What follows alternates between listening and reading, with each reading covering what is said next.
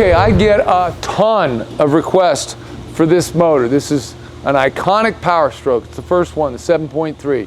No EGR, none of that crap, but I tell you what, I don't build a lot of these, and the reason for that is because it doesn't have EGR and all that crap on it.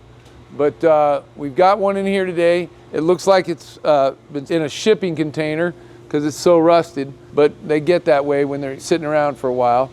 I'm gonna follow along on this, and I'm gonna show you everything we do on this, a few little upgrades, although this motor is pretty dang durable. We'll probably O-ring the heads. We'll definitely balance the crank, do some of that work. We'll see if our customer wants to do those speed air pistons in it, the ones that look like golf balls. And I'll just give you a little teaser on the 7.3. Stay, wait for it, wait for it. Whoop, Crowler rods in a 7.3. That baby's so sexy, man. Look at the legs on that girl. But watch, let's see what we do.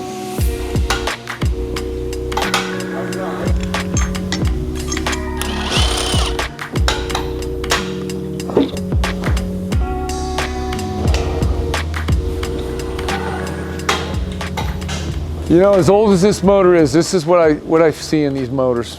I mean, it's been sitting for a while. These cylinder walls haven't been eroded or corroded with all that carbon that you keep digesting.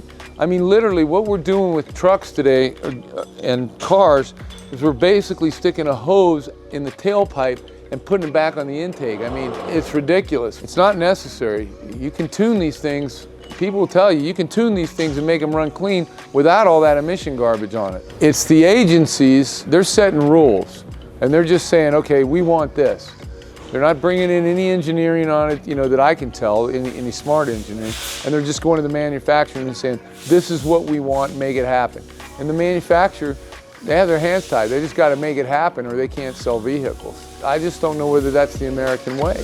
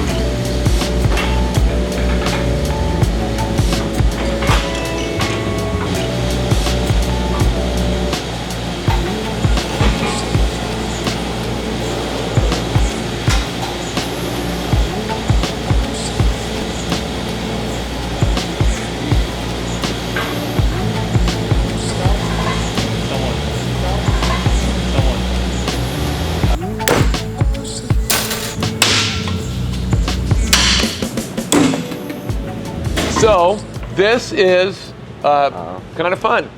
We asked for 1,000 comments and we do a long video. So here we are doing a long video. And as of less than 24 hours, boys, we have over 15,000 comments about people wanting to do this engine. That's crazy. So this old 7.3 that's over 25 years old is going to get new life. And it's going to get new life in some fun stuff, right? We're doing Crowler rods. Yep. Rods, upgraded camshaft. I've told everybody on that short video that if we get 20,000 comments on it, we're going to upgrade him to them speed of air pistons. They're a little more, but such great technology. And Speed of Air, thanks for donating the pistons. I think Speed of Air actually ran a test a few years back, is where I heard about them, where they did Speed of Air pistons in a 7.3, and the results were phenomenal. Yeah, isn't that the one where the exhaust temperatures were like 200 degrees, just by the piston, right. 200 degrees lower? Yeah, 150 give or take foot-pounds of torque increase. Yeah. Yeah, cleaner oil, reduced emissions. People always think add more fuel, more power. This is a mechanical change that you get more efficiency, more power. It's awesome. So come here, I want to show you something. This is a 25-year-old piston that's running a motor, and the rest of them are laying here. But look at this piston. Nothing Let's find one that's got a little bit of wear on it, can we? Yeah, this one's got a little bit on it.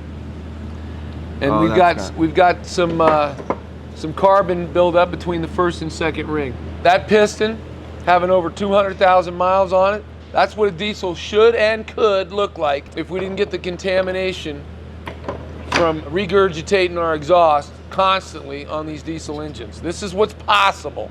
This is why the 7.3 is like so, people, I'm telling you, people like, they're resurrecting these dinosaurs. They don't want to give them up. What's your example of an EGR that you gave the other day? Just think if you had to breathe and get all your fluids with a hose in your butt. That's what an EGR is doing to an engine. It's just regurgitating what's coming out, and it just keeps doing it, and I don't see how that would be very healthy. And I understand, you know, people are gonna go, well, we wanna clean up the air and everything, and I'm totally for that. I am totally for that. I believe that there's other ways to do it. Because of these emission standards, that's what's killing these motors. That's what's killing these motors, because they're not maintained, and the manufacturer's killing you by saying, change the oil every 10,000 miles. It keeps us busy. It keeps us busy, but you know, our t-shirt, what does my t-shirt say? It says, do your maintenance. Dang it, I'm busy. Yeah. Anyway, we'll show you every step of the way on this thing, and thanks.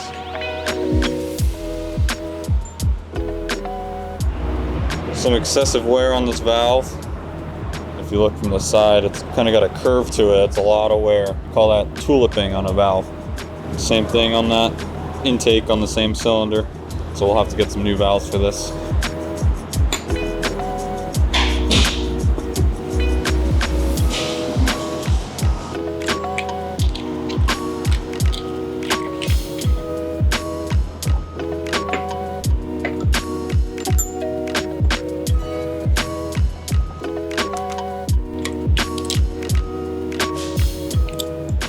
This is a kit to pull the injector cups out. We'll tap some threads into the injector cup, and then we have this tool that will thread into it, and as I tighten it down, it will pull the injector cup out of the head.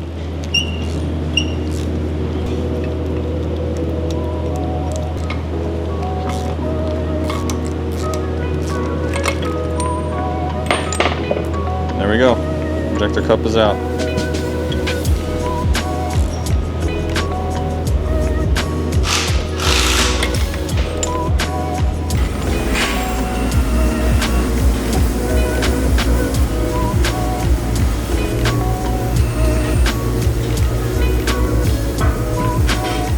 So we'll bake it at about 700 degrees for an hour. That helps to heat the entire block, and that will help the whole core to kind of settle. And then after we do that, we'll throw it into the shot bean, and that relieves a lot of stress on the block. In my opinion, this is the best process, and it's a better casting after this process than it was in factory.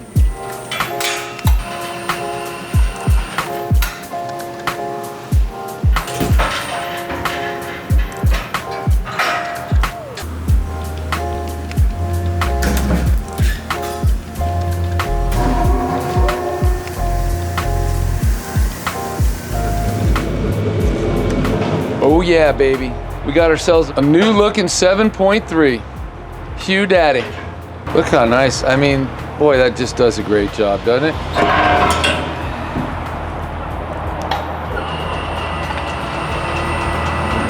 Now I know this stuff looks, all the scale and everything, but if you look at it here, wait till we shot blast it. All that'll come right off. These castings will look just like the block, look brand new. That's really, that's the first step, and then we'll magnaflux them and check for cracks. Then we'll decide where we're headed with the machine work if we've got a good pour.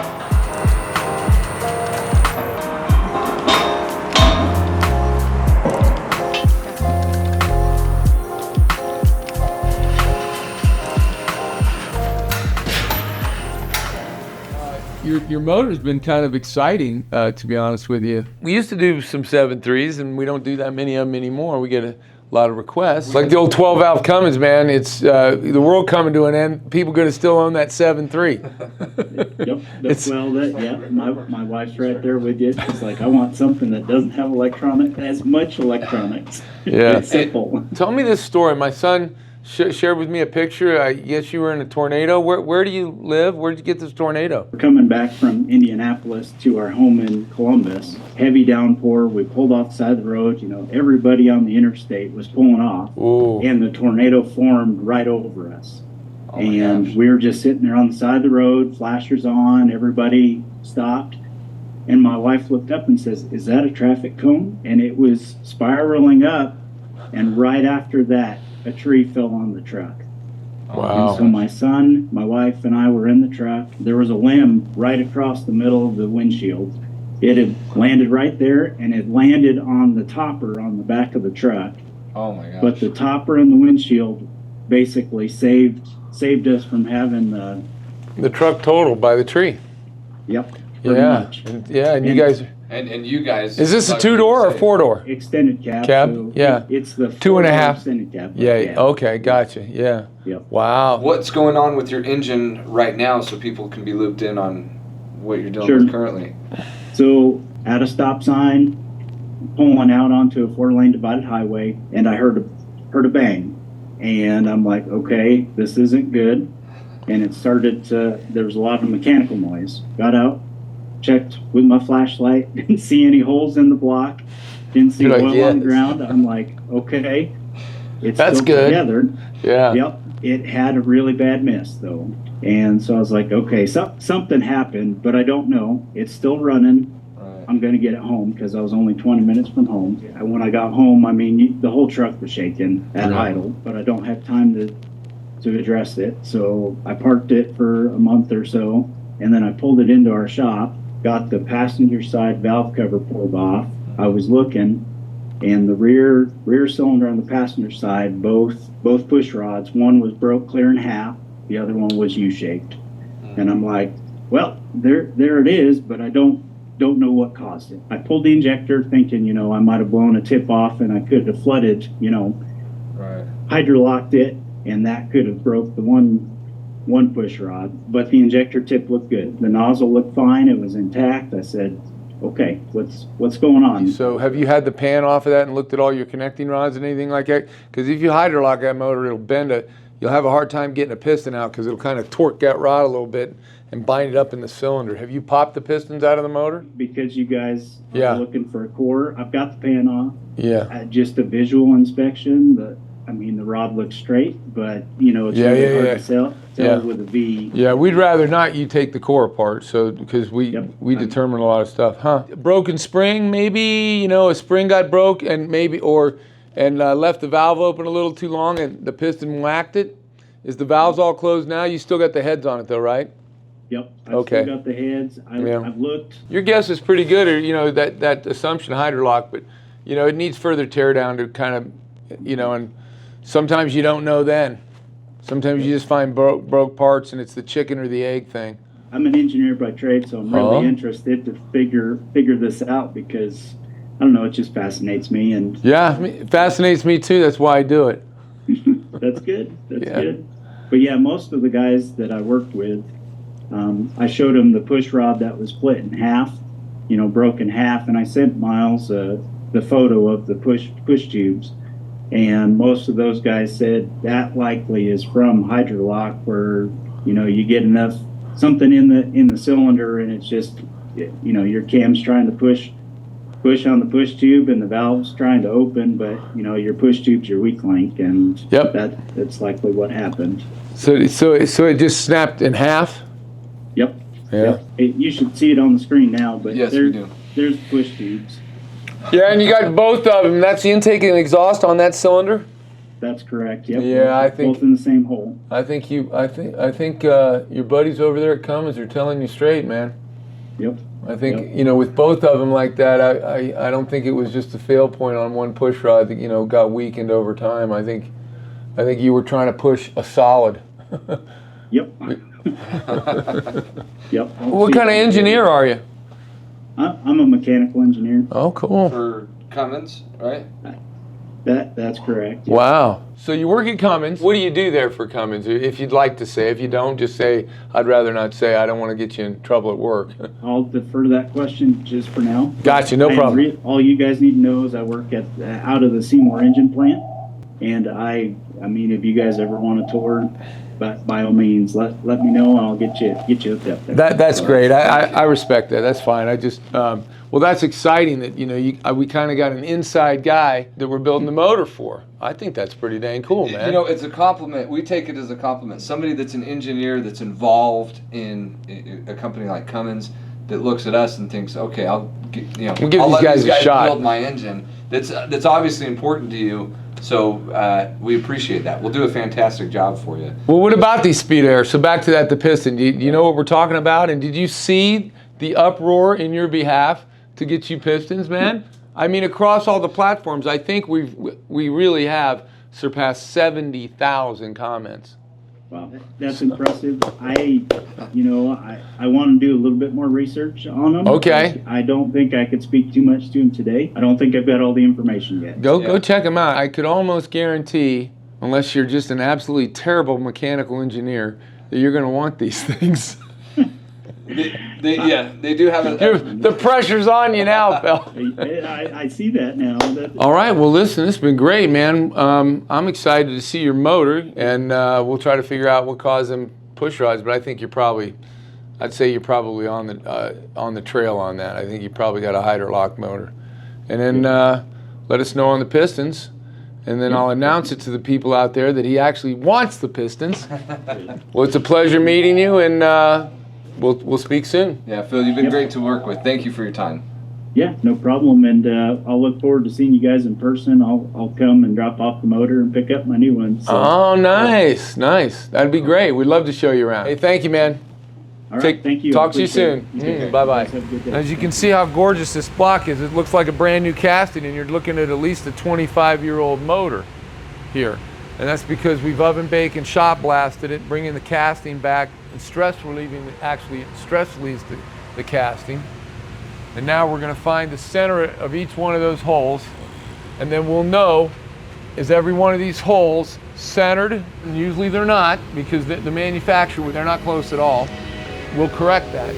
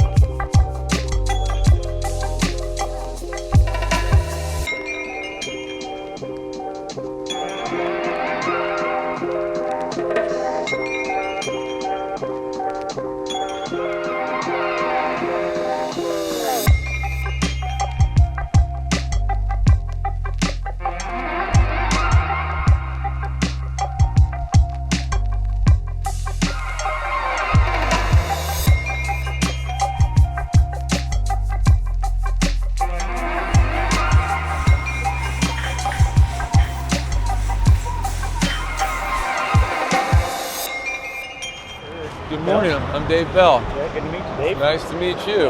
Appreciate this work. Are they going to be mad because you got a 7.3 wrapped up here, ready to go?